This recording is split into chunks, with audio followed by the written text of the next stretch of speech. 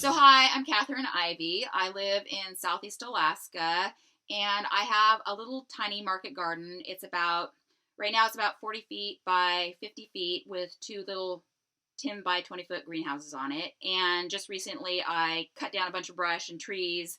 And so it'll probably be about 75 feet by 100 feet eventually. I've just been selling a little bit of stuff. Started out with basil, and this last season did salad mixes and cucumbers and carrots and stuff. And I will probably always be a little tiny market garden. So, my name's Paxton Harper, and I am in southeast Arkansas, about an hour southeast of Little Rock, Arkansas. I have I call it a market garden. I'm not selling yet, but I have a very small version. It's like four, no, five 25-foot beds, the standard 30-inch beds. And yeah, I grow a pretty good diversity of crops. Now, when I start to sell, that may change, but I'm growing some leafy greens and some longer term stuff like cucumbers, okra, and all of that. I mean, I guess I would never have been interested in gardening at all, I don't think, if it hadn't been for my dad and mom. And my dad's contribution, I think, was because, except for a couple of years where we lived in downtown Coos Bay, Oregon, we lived outside town, well outside town, what I call out in the sticks, right? And and so then my mom always had kind of a garden thing. Even when I was little tiny, I remember her at least growing sunflowers, and we would have these big heads of sunflowers that we set out to dry, and we'd eat the seeds. And so I think that if I hadn't had that influence, you'd probably just be the person that goes to the grocery store and doesn't really know where your food comes from, maybe. And so, anyway, that was something that probably always was in the back of my mind. But it wasn't until later, after, left home, I was in the military for a while, went to college, was working in and living in the Seattle area. And I was just kind of thinking, everybody was saying kind of at the time, or the idea at the time that I was kind of hearing was that you have to use pesticides in order to grow food for all of the people, because we have so many people. That's the only way you can do that, use GMOs and use pesticides. And so I was kind of thinking to myself, we didn't always do it that way. So isn't, there's some way of doing it like we used to. I picked up a book called The New Organic Grower by Elliot Coleman. And that really was like the Bible for me. It's not even just like a book on the philosophy of farming. It's actually a how-to, where do you plant your rows and what are the successions and all of that. And I read it and it was like, whoa. And he said that, he was a market gardener, large market garden on the East Coast.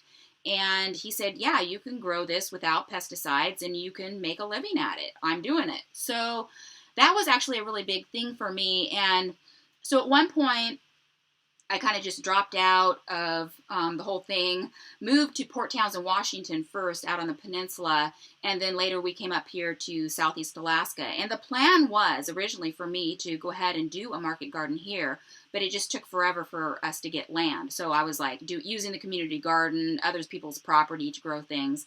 So it wasn't until just a few years ago that I started getting, was able to start my own garden here on our own property. But I think the other thing that, I've always kind of had this interest in self-sufficiency. And that was probably from maybe partly watching too much Little House on the Prairie when I was growing up, which was because they were always making their own stuff. And that just seems like such a neat thing to me. And so there's actually been two things pulling me in the direction of market gardening. In some ways, I wanted to be doing the homesteading thing, and just growing all my food and focusing on that. But then the other part of me kind of wants to grow things for my community, and so I'm interested, in the stuff for myself because it just makes sense. Like if I could grow kale, why would I go to the store and buy it? But at the same time, it'd be nice to grow things for other people. And, one of the big things I think about is that, we have such long lines between where our food is grown and how it has to be shipped over such long distances. And I'm just really interested in locally grown food. And so yeah, I think those are the things that got me started thinking about this, and now I'm actually kind of doing it. How I got into this, I would say that it started at a really young age. So I grew up around farming for home scale, not so much for commercial. Uh, so I grew up in Alabama actually, and I spent a lot of time at my grandparents' house. And so growing up, I never thought about it. I took it for granted, but they grew a lot of their own food. They grew probably a quarter acre of corn every year. They had a separate corn patch, and then probably close to a quarter acre of everything else. So I ate there pretty much every night during the week because my dad would come back there and pick me up in the evenings, and we would all eat there, and it would be all of the home cooked food. And at the time, I thought that was normal, and maybe at that time and place, in Alabama in the '80s, I guess it was sort of normal. But as I grew older, I guess I never really thought about it as farming then. Like I just again I thought it was normal. But when I got as a little older as a kid, I got interested in the whole pioneer thing, like live off the land. The Native American stuff really interested me, and my picture of that was not realistic. Like it was a TV version that I had in my mind, but still, from that point on, I felt like I wanted to do my own thing and make my own food and as much stuff as I could. So from there, and I guess in my teenage years, even there was that whole rebel thing where drop out of society.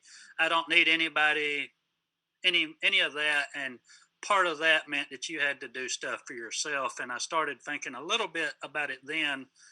And at that time, my dad was actually starting to grow a garden, and both of my parents always uh, grew stuff. My mother had more house plants, but she grew garden vegetables and stuff. And both parents always emphasized to me, and sort of was ingrained to me, that everything doesn't have to be done with chemicals and poisons and all of this. And so moving further, like my late teens, early 20s, I started to realize that all of these big fields of row crops, corn, soybeans, and all that, they are beautiful. I mean, I live in row crop country now, but I started to realize just how much stuff was going on to those fields and just how many chemicals. And it didn't sit well with me. And for years, I guess I sort of got up on this high horse and said that's all wrong. These guys are terrible, and that is all wrong because like these are the people that are growing our food. We choose to buy it. They have to grow it. They're selling it at these low commodity prices, and so yeah, it's a little bit of a hypocrite. But as I learned about it, I started thinking, what can I do better? And even more recently, since I've lived out here, I still have a tendency certain days to preach like this is all wrong. Everybody's doing this wrong. And then, sometimes these guys from work with, scientists and college educated people. And I was like, so what are you going to do about it? And that happened a few times, but happened a lot of times, but there were just a couple of times where it infuriated me, like they were challenging the fact that I'm saying that this could be done better. And then I think about it, it's like, can I do it better? So I, from that sort of out of anger in the last few years, I've said I have to do this and I have to prove it to me, but I can't tell other people that food can be raised better and it can be raised organically, sustainably, or even regenerative. I have to do it. And since then, I started doing it and I'm seeing some of it, but I've got a long ways to go. So yeah, I run down that rabbit hole. I have a book here. Like this is what, you know, Yep. that's everybody's probably got that book, Curtis Stone. And I have other books that I like just as well. But Curtis Stone doesn't really have the ideology or the romance or any of that about it. This guy's saying you can make money doing this and you can make a living. And at that point, I was like, yeah, I can quit what I'm doing now, a decent job, and I can give that up and I can grow food. So, yeah, in the last few years, that's how I've got here. It's been a slow process, but it really took somebody challenging me because before it was about growing the food for myself. But when I started talking trash about people that raise food for sale for all of us, and these guys like put up or shut up. Right. That was the catalyst. Okay, so you went to the military and you went to college, and I'm assuming that you didn't go to college for anything ag related, right? No, my degree was in civil engineering from University of Okay, Washington. so that's miles away. For one, or was there any regret, or during the transition, was you like, I'm giving up my life dream and I'm going to farming, which we all know is a huge risk. Right. There's a good chance that we all go broke doing this, no Right. matter what our intentions are. Right. So, what was that like? Well, that is actually a really long, complex story why I got out of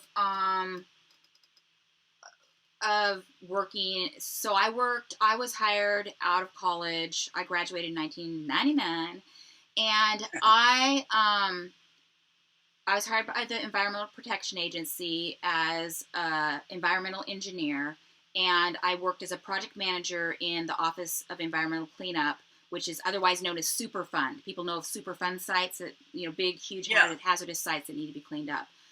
And when I went into, so my degree was in civil engineering. I was really interested in anything from wastewater treatment to energy generation. I mean, just any of those kinds of things. I wasn't really interested in the bridge building part of civil engineering, that sort of stuff. But I got into that, and so then working for EPA, I was really interested in ways to clean these big messy sites up, whether it was nuclear waste or chemicals and sediments or whatever. But it turns out it wasn't. Oh, I was working for the federal government.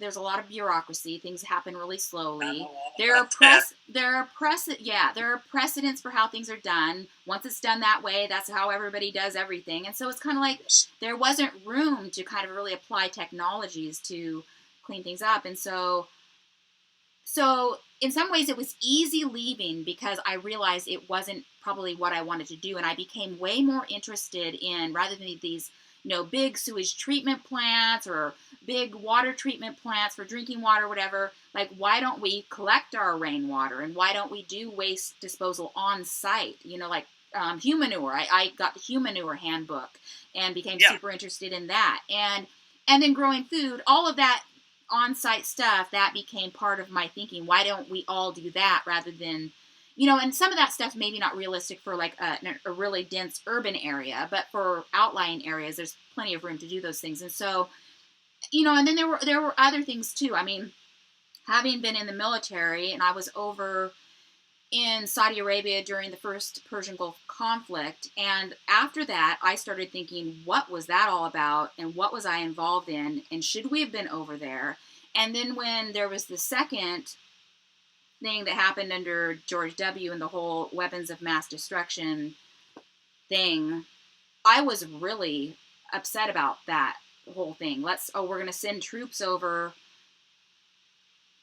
We really need to think harder when we send people over in harm's way. And so I started thinking, I don't want my taxes to go for this stuff. And so that was another one of many reasons why I left. Now, it makes it easier when you have a partner, because we've been able to kind of support each other as we've made different decisions, and we both run our own businesses. And so, that does make it an easier decision. You're considering, you've got this job which you have said you really like and whatever else, and how does that feel, and kind of what are your plans as far as like how do you go from there into, here you're doing a test market garden, you want to, maybe you've got property in Alabama, maybe talk about that. How are you going to kind of do that? Yeah. So it's not an easy decision because for years I was in Alabama and I worked in what you call a sock mill, which is basically a sock factory. And everybody in that county basically worked in the sock mill up until probably 2010. And there was a trade agreement, and a lot of stuff was was sent to other countries, Mhm. was, exported. We began to import the stuff, and so that job, I mean, I did decent for in that town, but it was, in a way, it was a dead end job. And I always thought if I could get into a decent job, especially a federal job, which is, supposed to be the gold standard, that would be it. And I would be home free. And so, just like you said, and I love my job. I love all the people I work with. And, I work in aquaculture and with fish. And as a kid, I loved the fish. That was my favorite thing. And so this seems like it would be a dream job. But as you said before, it is government, it is federal, and as creative as the guys that I work with are, I work with some really creative and brilliant uh, guys and ladies at this place. But it's government, and they're limited to the politics of. It sort of narrows the path of what they can research, and so I understand why they have to do that, but it's not what I thought basically. And the financial part now is one of the hardest parts to give up, and that's why I haven't jumped yet. And that's something I'm trying to figure out. But another thing about it is, as I got into this position, and I'm like, okay, now I'm here. I work X amount of years, and I retire, and then I go build this dream food forest orchard thing that I've wanted for years. Uh, and I do that, and I'm looking at it, and I'm gonna be 65 or 70 when that happens, and Mhm. then supposedly I'm gonna go back to Alabama. Uh, maybe I have the genetics. I have a lot of people in my family were working, or some of them still do work really hard at the ages of 65 and 70, and had a grandfather that died at like 84, and he was still out working me. Right. So maybe I get lucky and have those genetics, but there's a big chance that by the age of 65 or 70 that I'm not going to be able to put in the hard labor to do that. And then, it's an orchard, so it's 5, 10 years that you're looking at. Like, why, if I do this farming thing, it'll allow me to establish the food forest and see it and do it while I'm still kind of in a prime, and instead of waiting until I retire. That's two different people's perspective from two other ends of the country, literally. And hope y'all got some use, hopefully some context somewhere in between there. If you have any questions for us, leave them in the comments. I'm Paxton at Paxtiano Dirt Frog, And and I'm this is Katherine Ivy at. Katherine Ivy. So, appreciate y'all watching. Y'all be good, See and ya. bye.